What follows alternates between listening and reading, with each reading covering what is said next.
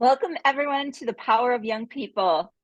We have a great episode in store for you in honor of Civic Learning Week, which is March 11th through the 15th. During this week, we celebrate, advocate, and work to increase support for civic learning so that everyone has access to the necessary tools to engage as members of our self-governing society. So Civic Learning Week is essential to the future of our country, and its impact can be felt around the globe. It goes far beyond just understanding the branches of government, voting in elections, or volunteering. It's also about developing the knowledge and skills to be informed and engaged citizens who are passionate about making a positive impact on the world. And today's guest is definitely inspiring and passionate about engaging in our democracy. I am so excited and pleased to welcome Kaleb to the show. Kaleb, could you Hey, share a little bit about yourself and introduce yourself? yes, so glad to be back. Thank you for inviting me back onto the podcast. Hello everyone. My name is Kaleb Tsai. I'm a freshman here at Columbia University, studying economics with a minor in political science on the pre-law track. Go Lions! It was Go Mustangs when I was back in high school when you had me on last time. So now it's Go Lions. Yeah, did some advocacy work back home in Tennessee during high school with the Education Trust Tennessee, of course with NYLC, of course with the Coalition for Service Learning on their steering committee, as well as, of course, with Memphis Shelby County Schools, which is my school district back home. Of course, did a lot of things, local, state, and federal level, and of course, I'm glad to be here. Excellent. You know, I have heard you talk a lot about politics, democracy, civic engagement over our time knowing each other. I'm really curious about what motivated you to care, right? Like to think about politics, democracy, being a citizen, an engaged citizen. Like what inspired you, motivated you? I always tell this story. Of course, when I was little, I will always used to come home back in elementary school, and still even now, every time I used to go over my grandmother's house, we will always see that the world news will be on. So she will always watch after Wheel of Fortune. I think it was before Wheel of Fortune. Uh, NBC Nightly News with Lester Holt will always be on. And so I began to see, things like Sandy Hook, things like the Benghazi attacks, things like, famines going on across Europe and, of course, Africa, different international conflicts, different conflicts happening here at home. And I was like, I really want to help people. And at that time, I wanted to be anything in the world, astronaut, an ambulance man, an EMT, a university president, or the next basketball player, the next Marc Gasol or Zach Randolph of that century and that age. And I was like, all of these issues are going on. Where can I step in the gap? Where do I fit in this equation? And so I was often reminded. My grandmother always told me, son, if you're not a part of the solution, then you're a part of the problem. So I began to be a part of that solution, which is, of course, speaking up and speaking out, getting involved in my community, of course, and pushing the issue of voting here in the United States, pushing the issue of ensuring that we teach history in our classrooms, and ensuring that we have an educated citizenry, so of course we can make sound decisions at the ballot box.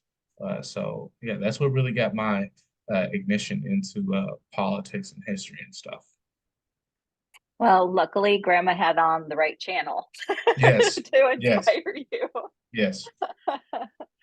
It's amazing when you think about the impact that those, not things, sometimes it's not those intentional things, but those unintentional learnings that happen that can inspire us to really want to take action. So I love that it was the nightly news and you saw just all of the issues facing our world and wanted to be part of that solution. And I also love Grandma's advice about if you're not part of the solution, you're part of the problem. So How do you think about civic engagement, Caleb, and our democracy, quite honestly? Like what do you think is important to today's young people as they're thinking about democracy and civic engagement? Yeah, so thank you for the question. To hit on the first part of the question, what I think civic engagement is to me is I think that civic engagement is just a number of things. I think the status quo understanding of civic engagement is just go out every August or November and go out and vote. But I think if we just say it like that, then I think we're missing the key point of what it means to be an actually civic engaged person. Being civically engaged is more than going out and voting in your primaries and your general elections. It's actually being involved in your community. So what does that look like? Doing community service projects, not only going out to vote, but also educating other people about different issues, going up to your city council meetings, going up to your county commission meetings, meeting with your county commissioners, meeting with your local government officials, going to go lobby a bill that you think is good, that you think may be bad, maybe it's a good bill with this intention, but it's not hitting the points that you would like to hit on. And just a side note, I do lobbying. I do lobbying.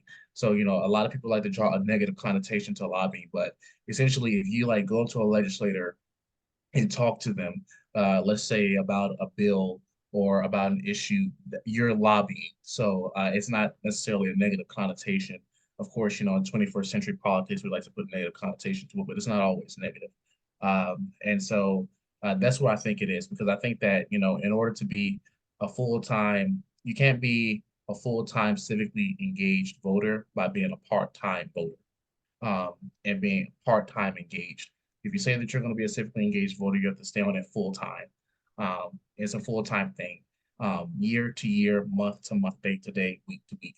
And of course, not only being civically engaged, it also means to, stay on top of things, stay on top of the latest legislative developments that are going on in your city, in your county, your locality, your township, your state, and even your country, what's even going on at the federal level. I think there's no excuse for someone, for you to go to the ballot box and say that, oh, you may not know this issue or that issue. It's your responsibility to know everything. If you pay tax, like I tell people, you pay taxes to these things. You might want to know what's going on with them.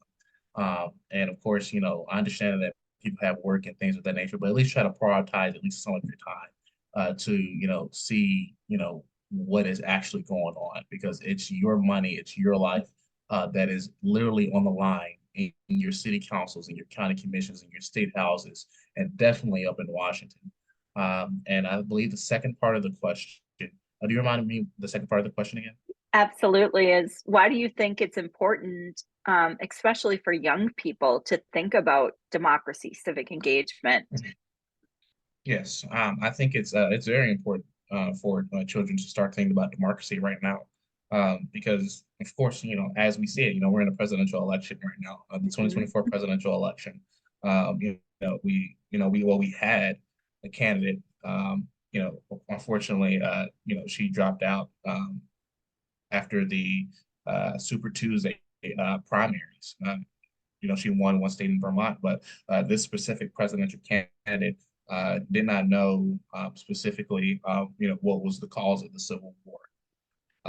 She sort of pandered and things of that nature, pandered to her bases and things of that nature. But it's important for you guys to know what democracy is, and not to necessarily take it for granted, because of the simple fact that it's a sacred right that we have here in this country, and it's not guaranteed, as we saw with the events that happened in 2020. No need to really go into depth, but we know what happened. Um, and it went in that sacred moment in American history showed that democracy is not something that's specifically enshrined in our constitution, not specifically enshrined in our constitution, in the sense that you know we have to go. It's not something that's definite. We have to go out and have to fight for it every single day. whether that be ensuring that we know what's going on in our state legislatures and our state houses, ensuring that we're educating people about the issues, ensuring that we are actually, we know the history and we know the context behind these things and the importance and the significance behind the reason as to why certain people think the way they do. Um, so yeah, because of course, if our people will perish for a lack of knowledge, I think is what the Bible says. So, if we don't know, if we don't know where we've been, then we don't know where we are, and if we don't know where we are, we don't know where we're going. That's what I like to tell people. So yeah, that's the reason why it's very important for people to get involved in democracy. Know what it is for yourself. Democracy will be. I'll have a different definition for democracy. You will have a different definition for democracy. My political science professor may have a different, definition for democracy. So just define it through your own lens, see what it means to you, and get active in what that may look like for you in your community. And thank you, Kaleb. I love really the emphasis on being active, right? Being a citizen, having a democracy, it requires engagement, right? Like we can't sit on the sidelines and have our democracy work. It's interesting. I was reading some research recently that with each generation with us right now, our belief in democracy is decreasing. So our youngest citizens, our young people, believe less in democracy than say the boomer generation or the Gen X generation. And it's that active citizenship that I think cries out for civic learning, right? Like we need young people to understand exactly what you're talking about. Like it's not just voting once a year, or it's that active engagement, understanding what's happening in your community, understanding how to engage with elected officials, that lobbying isn't a bad thing, that wanting to make change and diving in and helping to pass bills is a good thing. That's what it takes to have a thriving democracy. So I love everything that you just said. And if I can, do you mind if I add something? Oh, Yeah. absolutely. Yeah, so like things, at least when I saw I don't mean to get analytical here, but of course I'll just, keep it, bare bones. Even when we saw in the 2020 presidential election, that was one of the highlights, and it really made me, very proud to see, a spike in, 18 to 29-year-olds going to the polls, for the first time, or actually, because of course, like democracy, like really did matter at the time. Like a lot of people say in political circles, we were fighting. Democracy was literally on the ballot. But things like student debt forgiveness, things like child tax credit, things like health care and stuff, that is what mattered to young voters. And I think that if young voters want to matter to whether it be the Democratic Party, the Republican Party, or even to moderates in their, given, whether it be state houses or even in the federal Congress, the federal delegation of Congress, you have to get active. Like I tell people, you can't go out and, politically protest, but then meanwhile you stay home, on the first Tuesday in November. You can't have it both ways. If you're going to be active in the streets, you need to be active at the polls as well. Mm-hmm. Well said. Very well said. I want to go back to this idea of education's connection to the health of our democracy.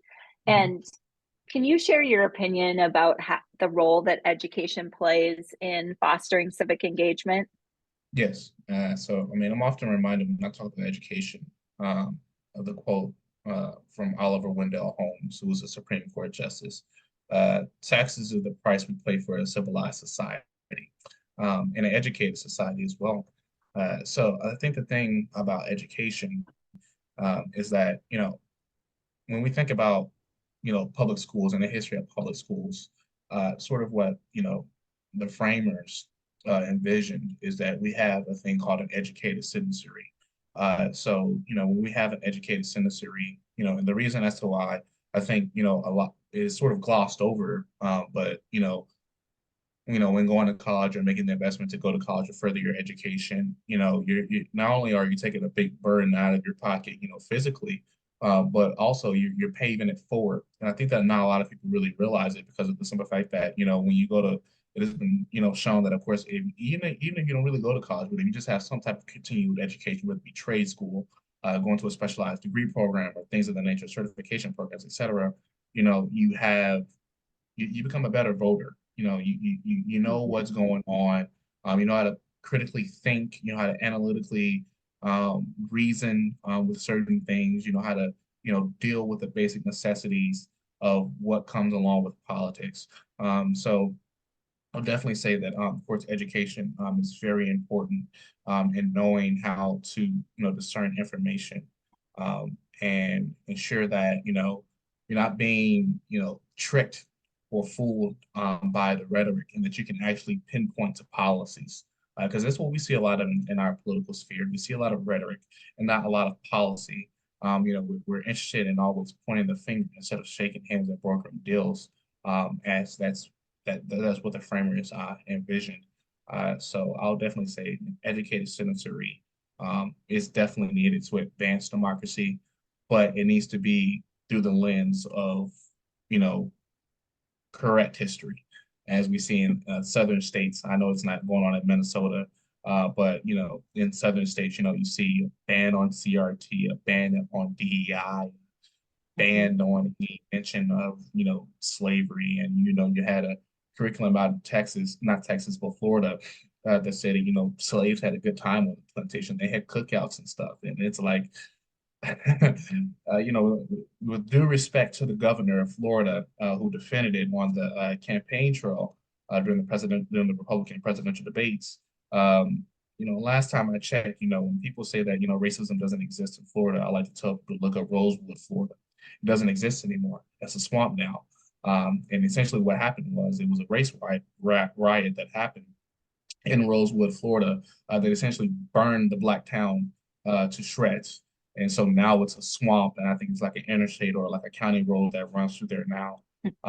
And so, they did not have the right experience, but that is literally the reality that's going on in our public schools right now across the southeast. And it's sickening, and we need to make the case for a truly educated citizenry and not a citizenry educated through the lens of vitriol, um, Mhm. a one-sided view of history. It needs to show both sides. Absolutely. And it speaks to really, I think, to this next question that I have for you, Kaleb. I think, what you're saying plays into this is the challenges that young people face or why they're disengaged with civics and democracy. And I'm curious if you have other thoughts about how we address the challenges. Yeah, I think it really, well, I'm a Southern guy, so I think that, a lot of the problems that we have, can be essentially solved by not only common sense, but what I mean by common sense, to put it in more practical terms, is that I think when it comes down to, having an educated citizenry and advancing democracy, it needs to start in the household. So, of course, I remember, when growing up, every time election season started to come around, I knew it was election season because I would see all the campaign ads, on the Yeah. Nickelodeon episodes and Oh stuff. yeah. I'm sitting there trying to look at SpongeBob or Bubble Guppies trying to learn math, and I see, a presidential campaign ad or a senatorial campaign ad, or what have you. But I always remember, whether it be a Saturday during early voting or Friday after mom and pop got off from work, they'll go vote, and they'll bring my brother and I to watch them go vote. So I Hmm. think that that's where the pattern needs to start. It needs to start in the household. So guess what? When you come home from work or if you're on your day off, maybe after you maybe go to Chuck E. Cheese's or Incredible Pizza as we had it back home in Memphis, or maybe go off to little miniature golf or what have you. You know, have your children see that you're actually voting as a parent, and it instills in them that voting is actually serious. It's just not something that you just do just to, just pick a few candidates. Like, no, actually show your children how to research a candidate. Show your children try to look at campaign finance disclosures. But of course, break it down to them. They're still children. But show them that. And I think also what it goes back to is of course parents advocating what's best for their children. Going to the state houses, going to the federal government, going to your local school boards, advocating for things, and even running. And I even ask, young children, once you get up in age, I think it's what 18 years old, or you get to 21 or have you go run for your school board, go run for your county commission, go run for your city council, because a lot of the decisions that happen and have the most impact on you don't come from Constitutional Avenue, Southwest up in Washington, D.C. It doesn't come from Pennsylvania Avenue up in Washington, where the White House is.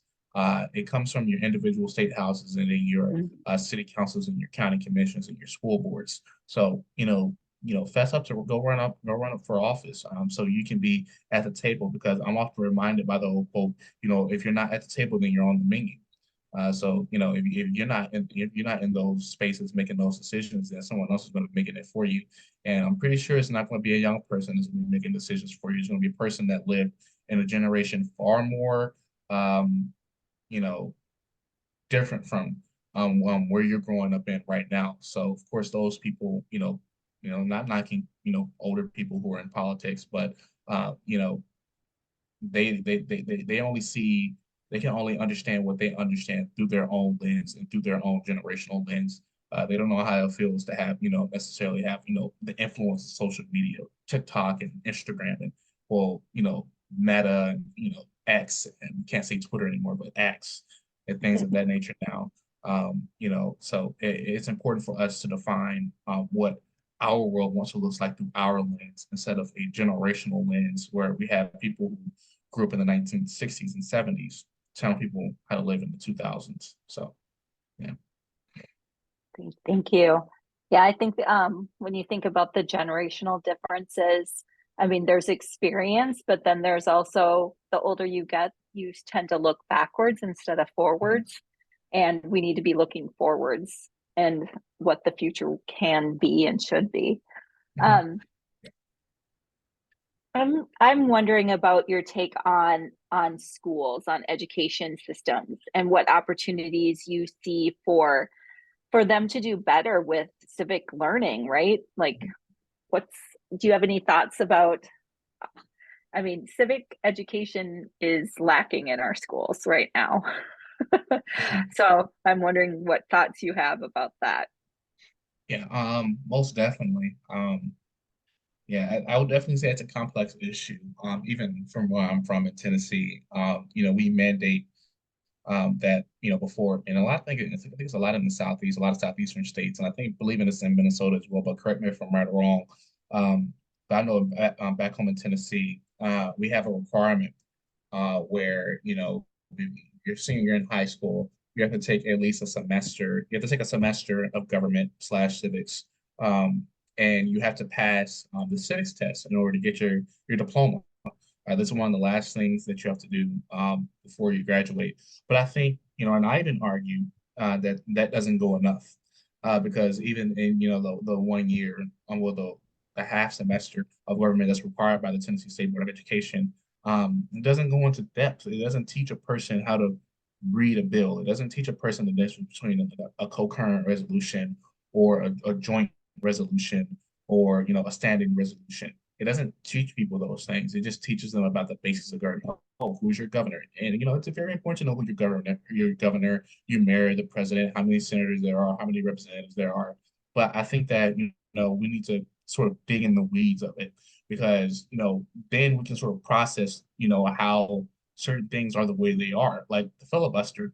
The filibuster is just a thing, right? In the Senate, it's just a thing. It's not inscribed in the Constitution. Now, a lot of people don't really know that. They think it's a rule of the Senate when it necessarily isn't. It's just a thing.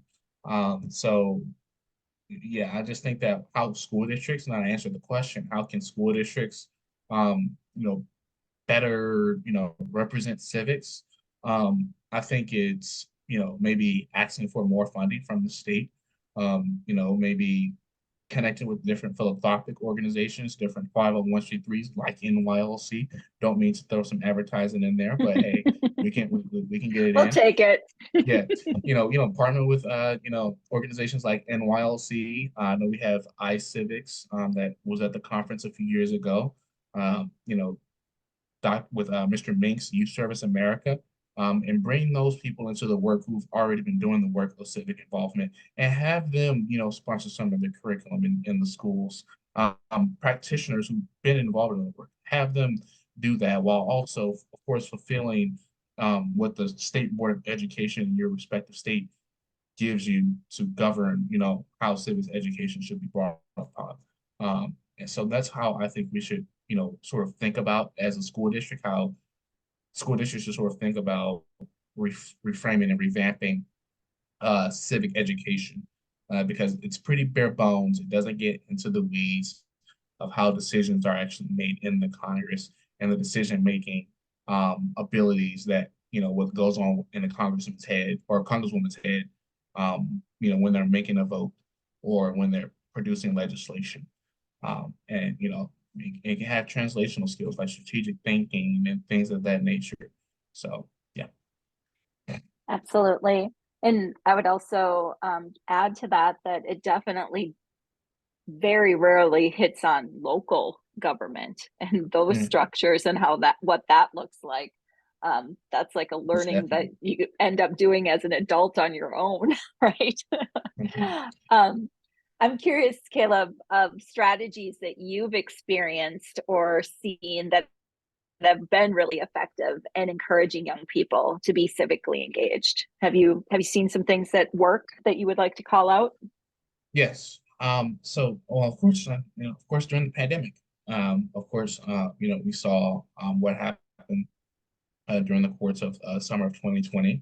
Of course, the shootings of, well, I guess you could say the killings of Breonna Taylor and George Floyd, Mhm. Ahmaud Arbery out in Georgia, and even back home in Memphis, the Tyree Nichols situation that happened, I believe, last year in 2023. And so, in Trayvon Martin as well, the list goes on. Um, but, I think we see like a lot of, outward, um, given to, in response to situations. And it's sort of, like, maybe after a month or two or three or even four, we go on to something else. The fire is not still there. And I sort of, get disappointed because, of course, even last year, when we had and I think I was telling you this story when I left school. After it was the day before I was due in Nashville. It was like a week before the conference, but I was leaving for another conference.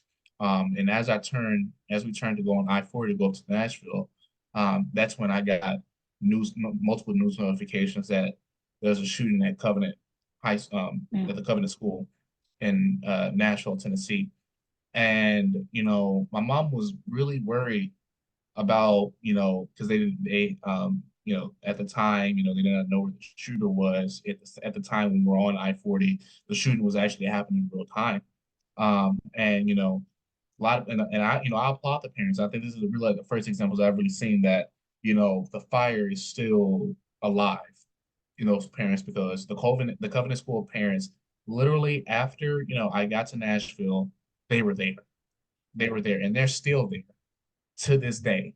Like, we just had a house session. They were sitting up in the balcony, looking at the proceedings, looking at these legislators, talking to these legislators, voting against these legislators, you know, causing a good uproar, but in a good uproar. John Lewis always says, get in the good trouble. Mhm. And, as long as you know that the time is right, is always right to do what's right. Um, of course, MLK said that. I think that, we need to just keep the fire going. But also when you keep the fire going, go out and vote as well. Don't complain if you don't vote. As my grandma tells me, son, you can't complain about stuff if you don't go out and vote and make your voice heard. People say that, oh, voting doesn't matter. They're going to get who they want to get there. And, like I tell people, and, correct me if I'm right or wrong, but I think it was Barack Obama, won South Carolina in 2008 by, I believe the statistic was like about like less than 20,000 votes. So It matters. roughly if you do the math, that's about, 1,000 votes per precinct in a given area, in a given county. So, votes votes matter. Votes And of course, matter. political pundits will definitely tell you that, off script, votes matter. Votes matter. Votes matter, and those personal stories matter. Like seeing the faces of those parents matter, you know. Mm-hmm. Um, because it is easy to like move on and go to the next bill, or like, oh, it's not quite what we want, or but when you're seeing the faces of the people that are impacted, and yeah, it matters when you show up to lobby, advocate, educate, about a bill, about an issue area that needs to be addressed. It matters. Mm-hmm. um So we talked a little bit about this, and I mentioned some recent research around a decline in the belief of democracy in our young people. I'm curious, kind of, what you see as some of the biggest threats to democracy today, and how can civic education really help address those threats, or can't it? Yes. Thank you for the question. Okay, so the biggest threat to democracy that I see right now, and it's very prevalent, um, you know, in our society and really among young people, is disinformation. Mhm. There was a bill I just saw in Tennessee. Oh, it was actually a couple of weeks ago, but I was just reviewing the bill before getting on this call. There's a representative from Tennessee, from rural Tennessee, I believe in Middle Tennessee, is where his district is. I'm not going to call him out by name, but he believes that lettuce, that food manufacturers are putting vaccines in lettuce, and he brought a bill for, that essentially said that required that what's it called? Food manufacturers specifically label if there's vaccines in your lettuce. Now, I've heard some ridiculous things in my life, but that has to be up there when it comes down to the most silliest things that is being passed right now in throughout the Southeast and throughout, of course, state houses and state legislatures across the United States. Like, come on, really, vaccine and lettuce. I It's like, think how would that even work? exactly. Like, what's the science behind I that? don't understand. The representative said that, of course, a constituent came up to him and said that, they're doing this, and it sounded like an outlandish conspiracy theory. But definitely disinformation from both spectrums in our political system on both sides. I think that you know we will perish for a lack of information. And I'll keep saying that quote, and I'll ring it in. We will perish for a lack of real and true information as a people. Because you have one side saying one thing and the other side saying another thing, and it's like we don't in our society. And I really saw this during the pandemic, and it's really sad. We don't know how to separate like fact from fiction anymore. We just don't know how to do that anymore. Um, you know, you have people who say, and I wouldn't really be surprised if somebody says that, oh, what's this color right here, it's clearly yellow and orange. I would be surprised if someone says no, it's blue, when everybody knows that it's yellow and orange. But anyway, I think that That's not what I see. No, I'm just kidding. exactly. It's a conspiracy theory. But I would definitely say one of the threats of democracy for young people is disinformation. Another thing is voter suppression. Um, you know, a lot needs to be said about that, but definitely voter suppression is a big issue that I see. And just overall voter confidence, I think is now. They think they can't make a difference now. But trust me, you see presidential candidates, out in these swing states now, going out, trying to, lobby people to get their support. We just had the Iowa caucuses. We just had the New Hampshire caucuses, and now we had South Carolina. And now we're Super Tuesday. and we had Nevada, and I think Minnesota's going to have theirs. I think you guys are going to have yours. But you know, these candidates are not just going out just having a jolly old good time. They need your votes in order to win. Like I think Hmm. that's just what it really boils down to. So it's like if you don't go out and vote, then it's like they're gonna be maybe, and this is how the analytics play out. I'm gonna be if this group of people are not going to be voting in this election, or they're choosing going to sit out, I may be down 236 votes in this precinct. I may be down 468 votes in this precinct. I may be down 15 votes in that precinct. I may be 64 votes down in that precinct. You add those numbers up, that makes a significant difference Hmm. when it comes down to who wins the state, or who wins this county in order to carry the state, in order to win all of this electoral votes. That stuff matters, right? And I think that we're not really talking about that in our political conversation. But definitely voter confidence, voter suppression, and the the supreme one, disinformation, misinformation, or however you may classify. So then the second part of that, Kaleb, was how can civic education, especially in our Yeah. K-12 schools, how can it help address that?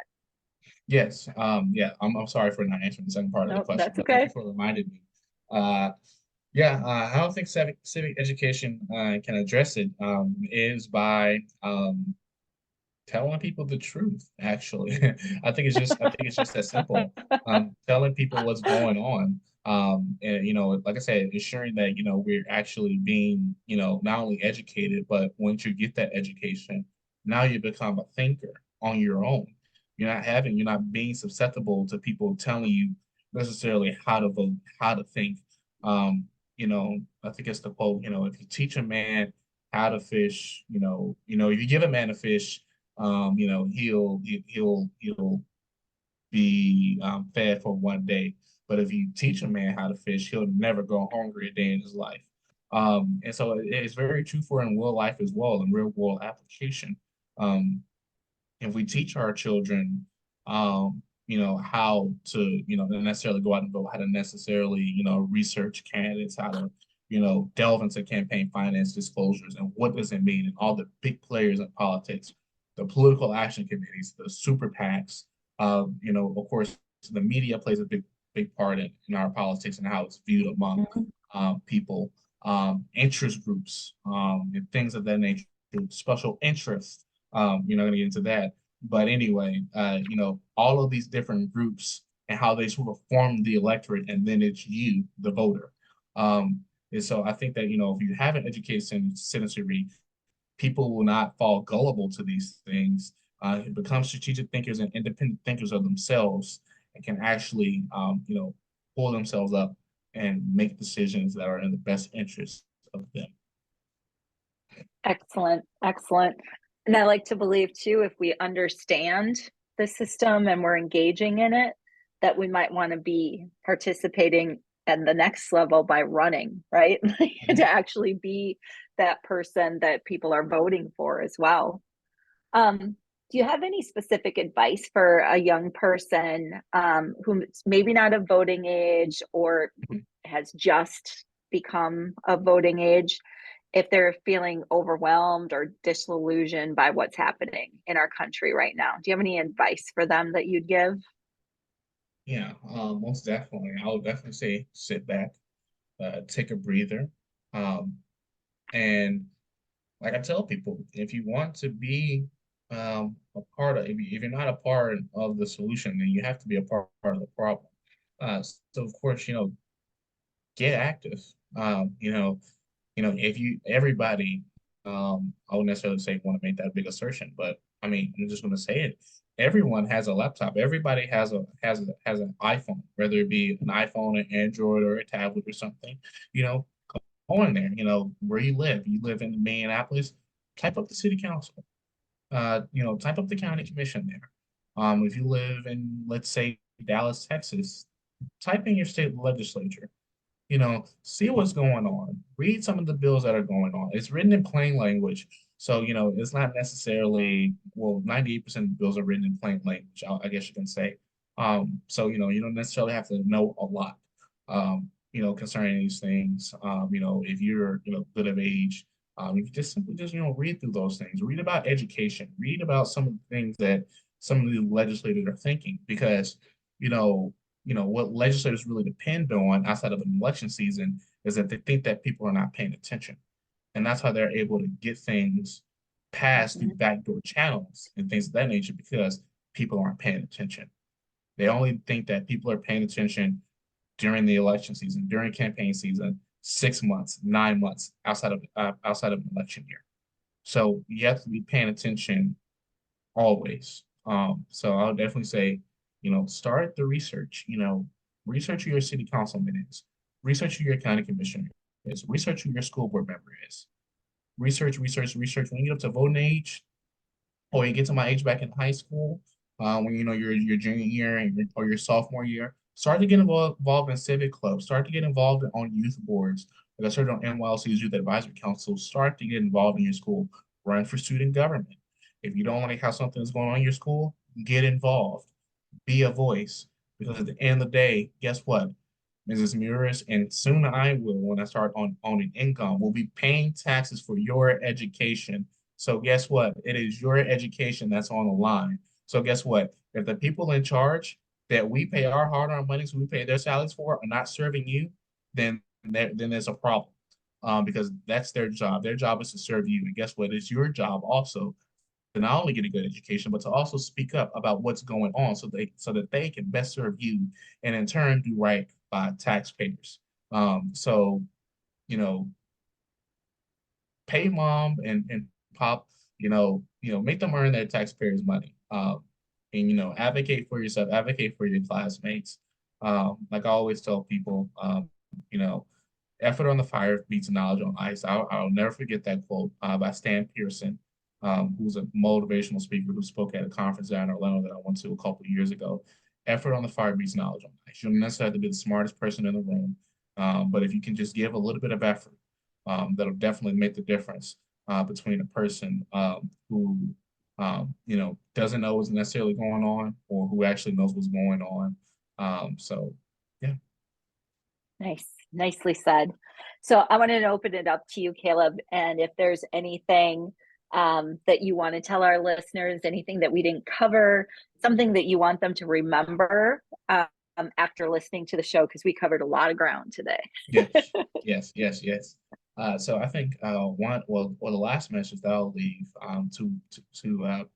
if you're of voting age, go out and vote. In November, during election day, go out and vote.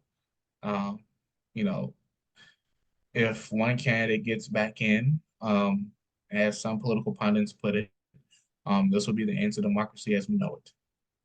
And that's not a way to fearmonger people, but this particular candidate has already made clear where he stands on, if he gets back in office on day one, what he will rule like, and he'll rule like a dictator, is what he said. So most definitely, and of course, if you see what happened in the Supreme Court, and you see how you're not happy with some of the rulings that happened, whether it be from affirmative action to abortion, um, Sam Alito and Clarence Thomas are getting old. They're getting up in age, and along with Sonia Sotomayor, the first, well, the second, no, the second woman to Mhm. become Supreme Court justice. I believe the first Latino woman to become Supreme Court justice. And they're getting old, so if you don't think that and presidents have the right to appoint who they want to appoint to the Supreme Court. So if one candidate gets in there, it's going to be obvious that that person is going to put young people on the court who can serve for generations of lifetime. He already put three SCOTUS picks in 4 years. Just believe it.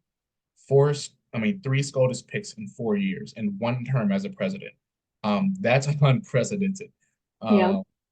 And just imagine if that person gets back in office, he will have the ability to, maybe make three more SCOTUS picks from Sonia Sotomayor, Sam Alito, and Clarence Thomas. So, go out and vote, get civically engaged, get in the way, get in good trouble. and yeah, make our ancestors proud, for they fought very long for, women's rights to vote in 1920, Black men's rights to vote, um, everyone to vote, um, you know, to ensure that there's no voter-based discrimination at the ballot box with the Voting Rights Act of 1965. And hopefully we can pass the Georgia right, the John Lewis Voting Rights Act through the Senate, through Congress. But that only happens when people go out and vote. Awesome. Thank you so much, Kaleb. I think that you just gave an amazing civic lesson that hopefully our young people who listen to the show and our educators can share as part of Civic Learning Week, as part of their classroom instruction, because there's so much wealth of knowledge in there.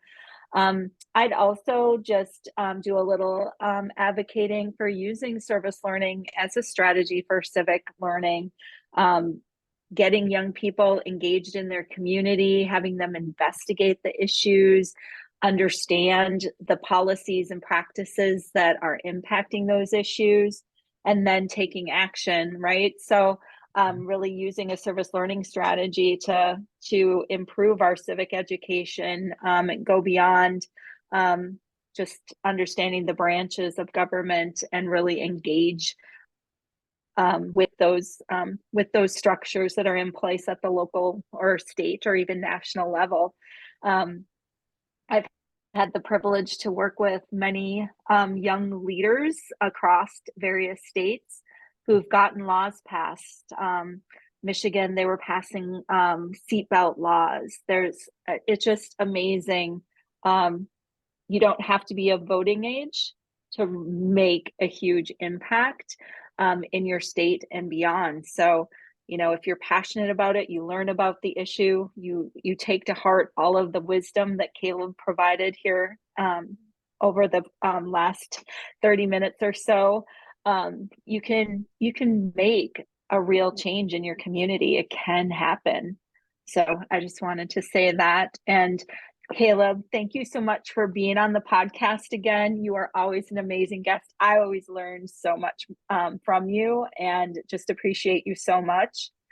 And I just want to always invite everyone to join us as we serve, learn, change the world. We'll see you next time. Thank you so much.